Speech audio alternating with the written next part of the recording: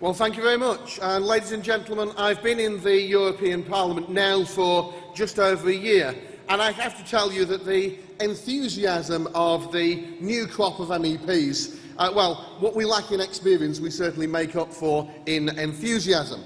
I see my job out there as being to work to hold the European Union, the European Commission, to account, pointing out when they are breaking their own rules and working together with my colleagues to provide what is much-needed opposition in that place.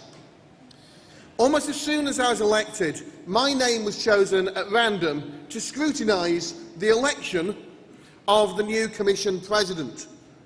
And so, for the very first time in the Chamber, I had to stand up and consent to scrutinising that election. So I stood up and I told them straight I would not take part in an undemocratic sham where we had the choice of one candidate to be voted for by secret ballot so that we didn't know how our MEPs have voted. Our constituents didn't know how our MEPs had voted. I voted against. We often vote hundreds of times in a single voting session, sometimes by show of hands, sometimes by electronic ballot. There's a red button that we press when we want to vote no to something. There's a grey button that we press when we want to abstain on something. And there's a green button. I've been asking my colleagues time and time again, and none of them can tell me what on earth the green button is for.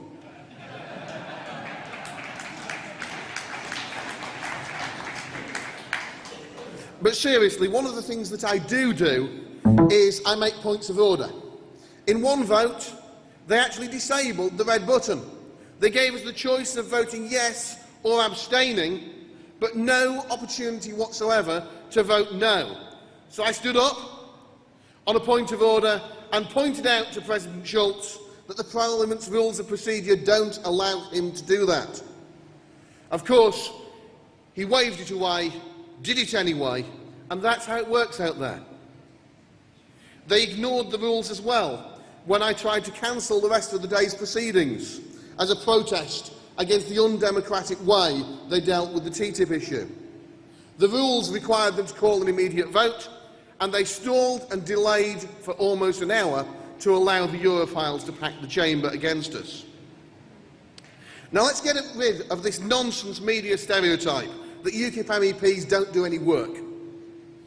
I know I've spoken more times than any other British MEP of any party in the Parliament since being elected. My voting record out there is 98%.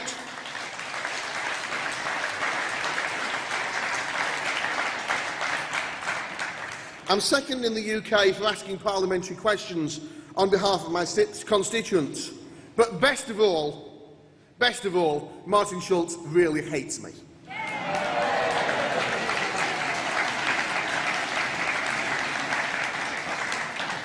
This week in the Budget Committee, we're voting on amendments to the EU budget for this year. I've submitted 142 amendments designed to save taxpayers' money from the European Union, every one aimed at cutting waste and unnecessary projects out there. Conference, how many of those 142 amendments do you think they're going to allow to go through? But you know, there's really an embarrassment of riches for talking about EU waste. You might have seen the story recently. Over £500,000 of taxpayers' money spent telling university students that when they're cold, they should put a jumper on. In the Budgetary Control Committee, on a more serious note, they were discussing immigration schemes not so long ago. They commissioned a study to work out how EU money, or as I prefer to call it, British taxpayers' money, was being spent on immigration controls. They wanted EU funds for migration to be spent on innovative schemes, which actually is a nonsense in itself when you're dealing with essential national security. You want to do the job properly, you don't want to be trying to innovate. But they found, when they did so, that the money wasn't going where it was supposed to go. It wasn't being spent in accordance with the rules. They found a case of fraud, and they found that most of the time money was being mainstreamed back into the Member States' budgets. So I spoke up in the committee. I pointed out just how absurd this situation is, that we send money to the EU, they send it back to be used for exactly the same purpose it was going to be used for in the first place, with all the administration, studies, discussions, mismanagement and fraud that we have to pay for. They just don't understand that some things are done better by countries themselves. But to me, the classic example of EU nonsense is the what-if machine. Over £1 million of taxpayers' money spent on training computers to ask the question, what if? My taxes, your taxes, spent building a machine able to invent and evaluate fictional ideas. And it's all online, so I went online last night and I asked it to come up with a what if about an animal that finds something. And this is the result of your taxes. It came up with this suggestion. What if there was an old snake who found a sword that he could use instead of a rock for smashing scissors? Seriously, guys, do we think that we're getting £1.24 million worth of value from our taxes? But if you think that what if was surreal, just wait till you hear the rest. What if the Labour Party were to choose a completely unelectable leader who wouldn't sing the national anthem, who wants to open our borders, who has appointed a shadow farming minister who wants to make eating meat as unacceptable as smoking tobacco? Ladies and gentlemen, the stakes are too high. We must keep Labour out. A leader who gives senior roles to one person who supported terrorism and another who's a convicted arsonist. Could you imagine? Could you imagine if UKIP had even appointed one person like that, what the media would be saying?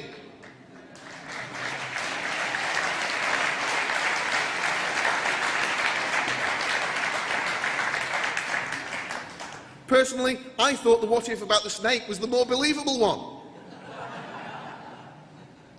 When Foot was Labour leader, Labour did so badly that Newcastle Central voted for Margaret Thatcher's Conservatives.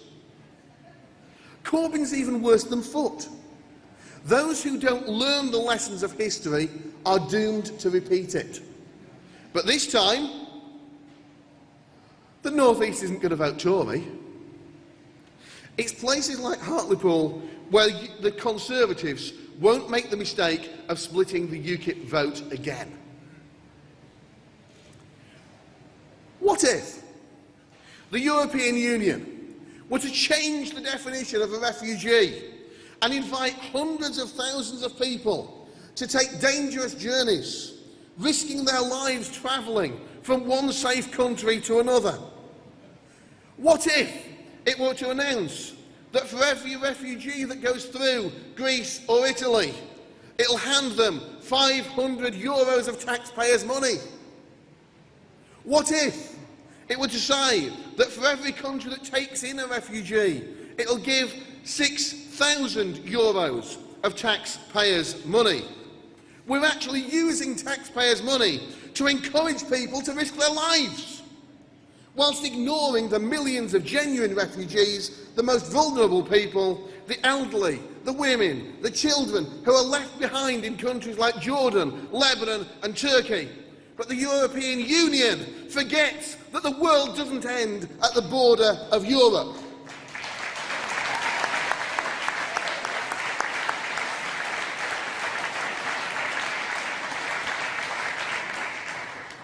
What if the United Nations were to give Saudi Arabia the chair of human rights committees?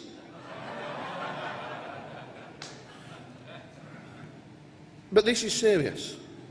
A 17-year-old took part in protests against the Saudi Arabian government in 2012, and he's set to be beheaded and crucified within days. conference, we in UKIP stand for justice and against the barbaric Saudi Arabian injustice system.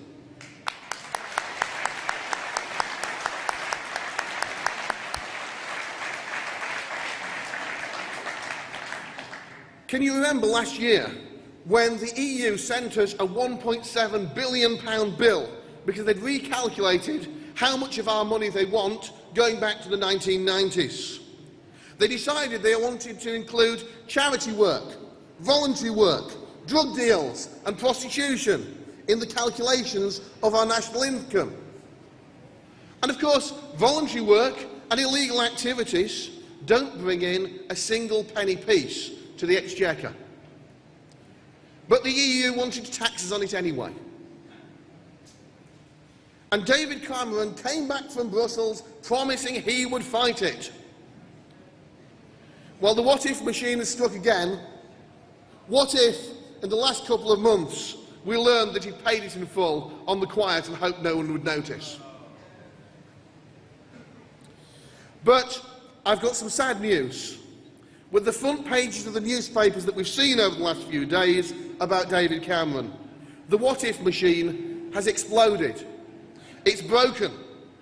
It just couldn't cope with all the porkies.